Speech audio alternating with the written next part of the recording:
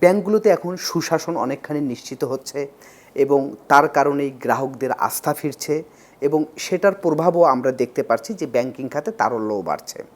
কিন্তু ইদানিং আমরা খেয়াল করছি ব্যাংকগুলোতে আর তারল্যের সংকট নেই, কিন্তু ব্যাংকগুলোর লোন ডিসবার্সমেন্ট খুব কম হচ্ছে।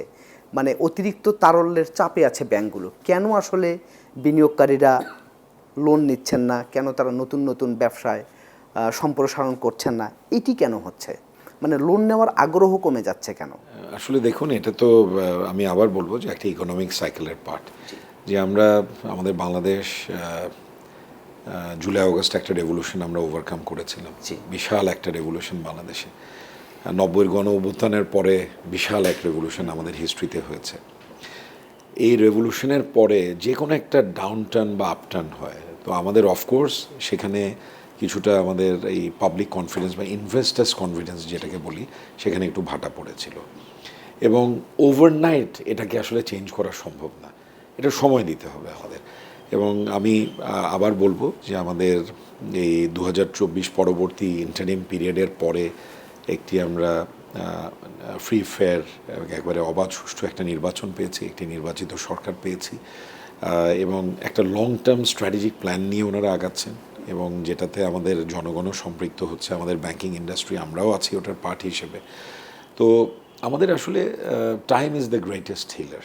আমাদের একটু সময় দিতে হবে।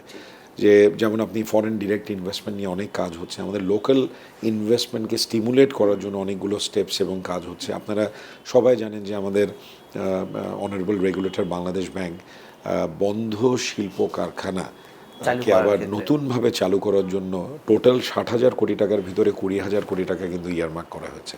সো এগুলোর সুফল কিন্তু আসবে, বাট একটু আমাদের ধৈর্য ধরতে হবে। এবং অফকোর্স আমরা মনে করি যে আগামী 2 থেকে 3 বছরে কিন্তু সিগনিফিক্যান্ট আপনারা ডেভেলপমেন্ট বা ইমপ্রুভমেন্ট দেখবেন। বাট এই পিরিয়ডে ব্যাঙ্কগুলো কী করেছে এই পিরিয়ডে, এবং এই মুহূর্তে আপনারা সবাই জানেন যে আমাদের এনপিএল রেশিও অনেক হাই। সো গুড বড়োয়ারকে সিলেক্ট করে তাকে আবার অ্যাসেস করে লোন দেওয়া, সেটাও কিন্তু একটা সময় সাপেক্ষ ব্যাপার।